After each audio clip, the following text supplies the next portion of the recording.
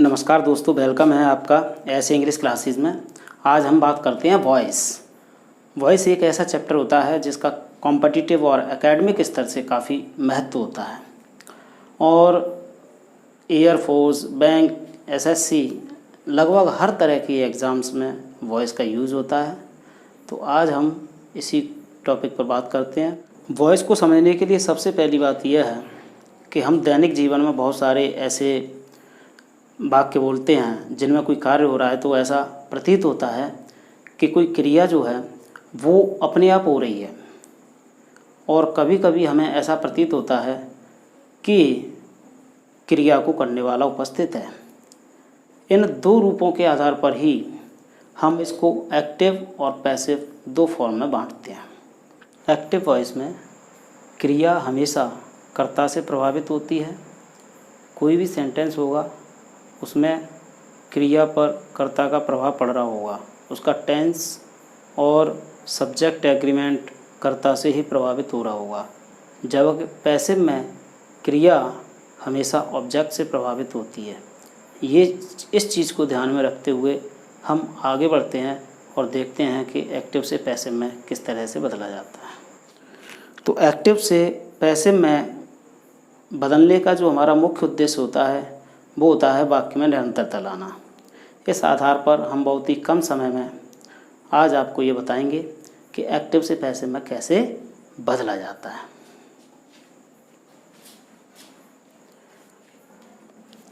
इसके लिए हमें दो तीन चीज़ें ज़रूरी हैं। जनरली हमारी एक्टिव में जो रचना होती है वो होती है subject plus verb plus object.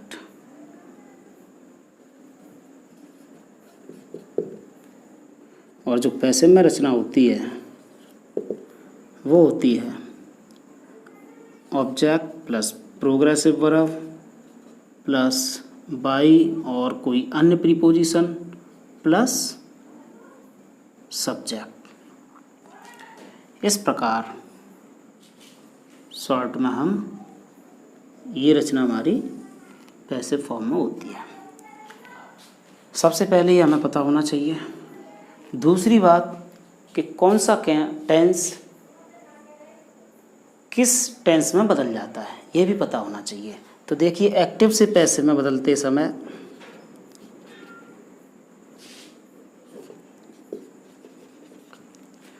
तो दूसरी टेबल हमें ये पता होना चाहिए। हम एक बार फिर से रिपीट करते हैं कि एक्टिव से पैसिव बनाते समय यदि किसी वाक्य में वर्ब की फर्स्ट फॉर्म आ रही है या वर्ब में एस या यस है या फिर डू या डज के साथ वर्ब की फर्स्ट फॉर्म दे रहा है, तो इनका जब पैसिव बनाते हैं तो हम इनकी जगह पर पैसिव में इज एम आर लिखते हैं और वर्ब की थर्ड फॉर्म करते हैं। उसी प्रकार से जब वर्ब की सेकंड फॉर्म होती है या डिड के साथ वर्ब की फर्स्ट फॉर्म आती है तो हम इज एम आर का पास्ट जो होता है वो वाज या वर लिखते हैं और वर्ब की थर्ड फॉर्म लगाते हैं। हैज़ या हैव वाले जो सेंटेंस हैं उनके साथ वर्ब की थर्ड फॉर्म आती है। इनका पैसिव बनाने के लिए हैज़ हैव तो आते ही हैं, इनके साथ बीन लगा करके वर्ब की थर्ड फॉर्म में अप्लाई करते हैं। अब आगे इससे आगे इसका जो पास्ट है हैड प्लस वर्ब की थर्ड फॉर्म अगर किसी सेंटेंस में है तो उसका पैसिव बनाते समय had plus been plus verb की थर्ड फॉर्म में अप्लाई करेंगे। और शैल या विल का यूज हो रहा है तो शैल या विल प्लस बी और प्लस वर्ब की थर्ड फॉर्म। और अगर कोई मॉडल वर्ब आ रही है या वर्ब की मॉडल वर्ब के साथ में वर्ब की फर्स्ट फॉर्म लगी हुई है तो मॉडल वर्ब तो रहेगी, उसके साथ बी आएगा और वर्ब की थर्ड फॉर्म में अप्लाई होगी। अब इसके बाद में एक और है कि यदि इज एम आर आ रही है और इनके साथ वर्ब में आई एन जी है तो इनका जो पैसिव बनता है वो इज एम आर तो रहेगा ही रहेगा, प्लस बीइंग आ जाएगा वर्ब की आई एन जी हटने के लिए और वर्ब की थर्ड फॉर्म। इसी प्रकार से अगर यहाँ बाज वर आ जाते हैं, बाज या वर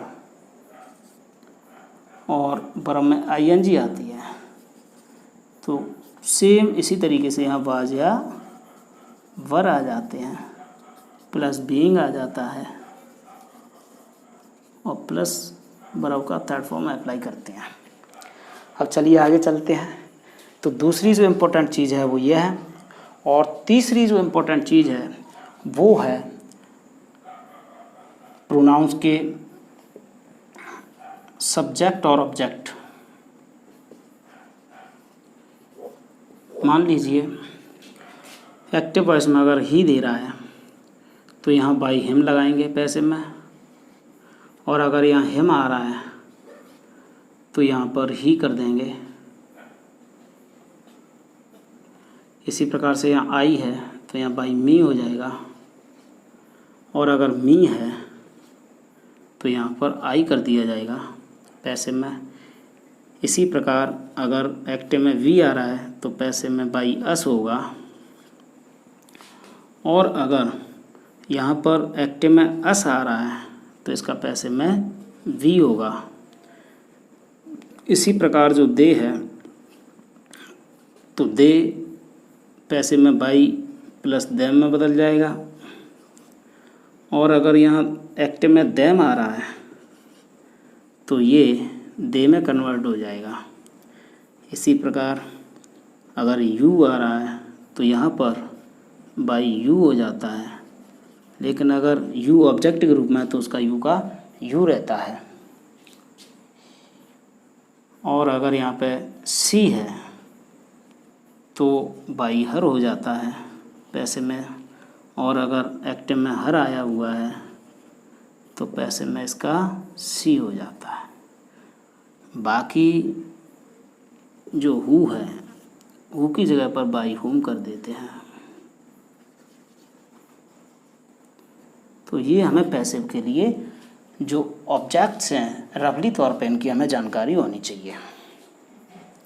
अब हम कोई भी एग्जाम्पल लेंगे तो हमें सीखने में 1 मिनट भी नहीं लगेगा।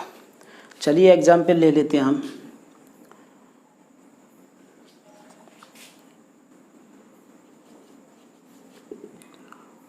राम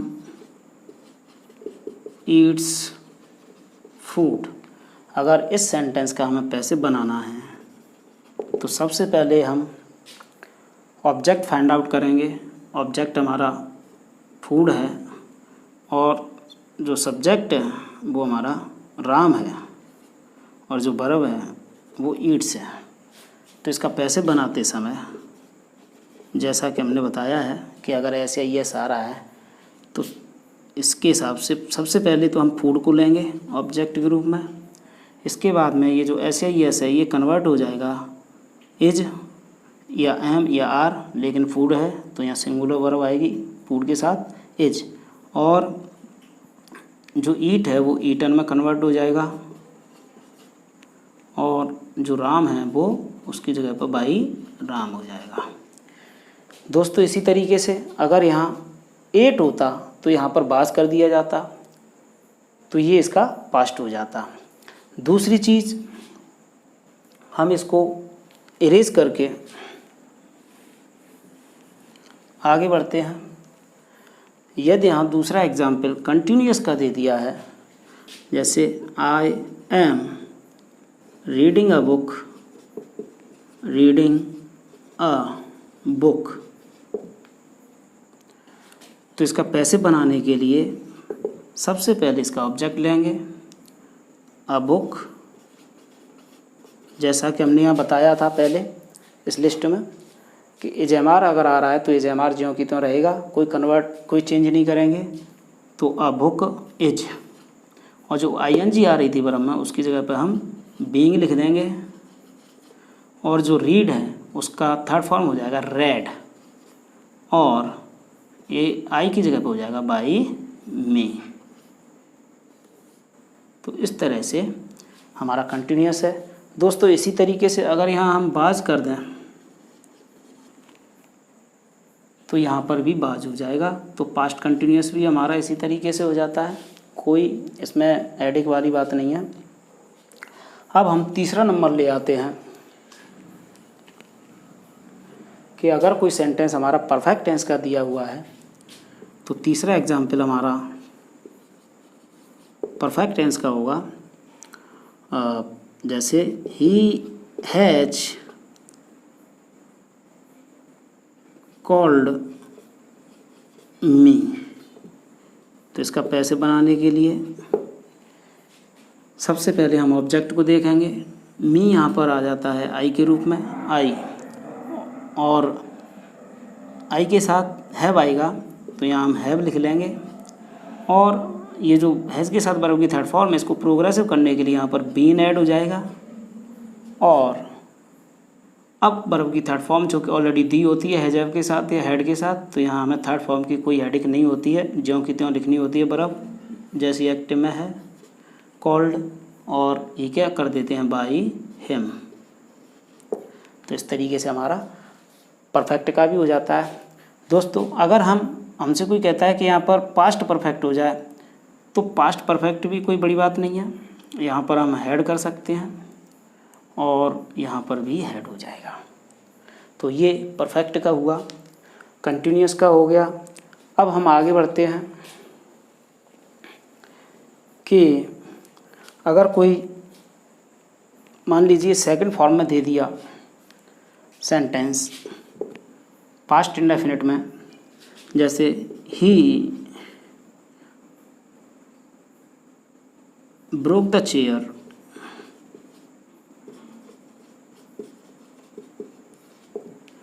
तो दोस्तों सीधी सी बात है, सबसे पहले ऑब्जेक्ट लेंगे द चेयर,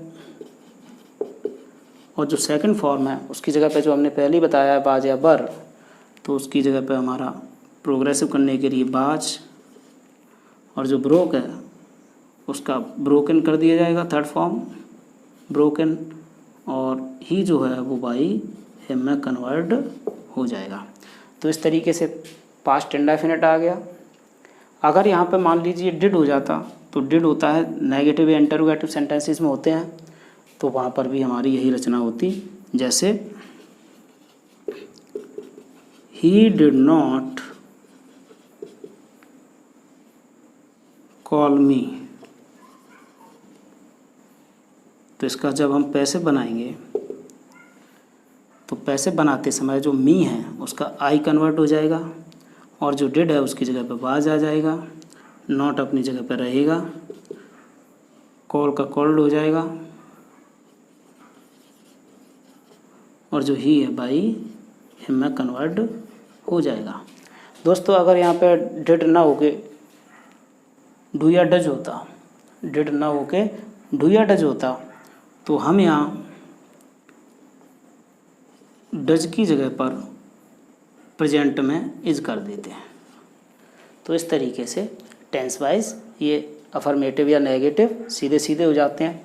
अब बात आ जाती है कि अगर कोई सेंटेंस इंटरोगेटिव में दिया हुआ है, तो इंटरोगेटिव की सबसे खासियत यही है कि इंटरोगेटिव में जब भी सेंटेंस दिया जाता है तो उसमें वर्ब पहले, सब्जेक्ट से पहले वर्ब अप्लाई होती है, कोई भी इंटरोगेटिव सेंटेंस हो।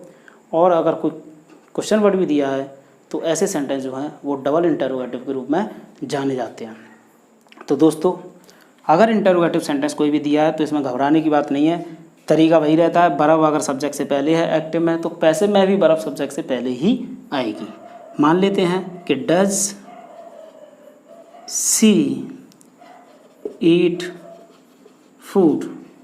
दोस्तों ये सेंटेंस हो गया हमारा एक्टिव, और अगर इसका हमें पैसिव बनाना है तो हम यहाँ पे लिखेंगे डज जो है, अब फूड एक वचन है, हमारा ऑब्जेक्ट है, तो फूड के हिसाब से ही जो डज है वो इसके कंटिन्यूस फॉर्म में कन्वर्ट हो जाएगी, जो कि इज के रूप में आएगी, इज एम या आर, लेकिन फूड के लिए इज आएगा। एम का प्रयोग केवल आई के साथ किया जाता है और आर का प्रयोग बहुवचन के साथ होता है। तो इज, अब यहाँ पर सब्जेक्ट पहले था, यहाँ ऑब्जेक्ट पहले आता है, इज फूड, और जो वर्ब है उसकी थर्ड फॉर्म कर दी जाएगी ईटन बाय हर। तो इस तरीके से ये हो गया।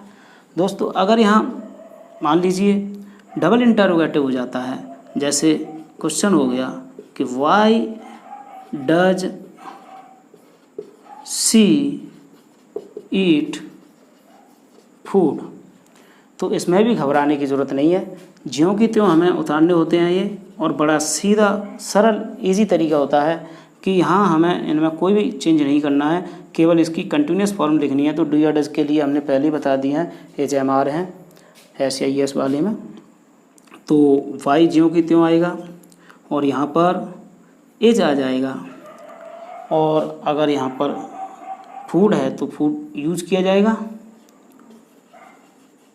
Y is food.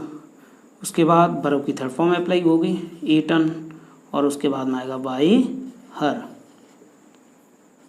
तो दोस्तों इस तरह हम देखते हैं कि सारे टेंस वाइज हमने सीख लिए हैं और इसमें कोई दिक्कत नहीं आने वाली है। अब बात आ जाती है यहाँ इससे आगे थोड़ी सी,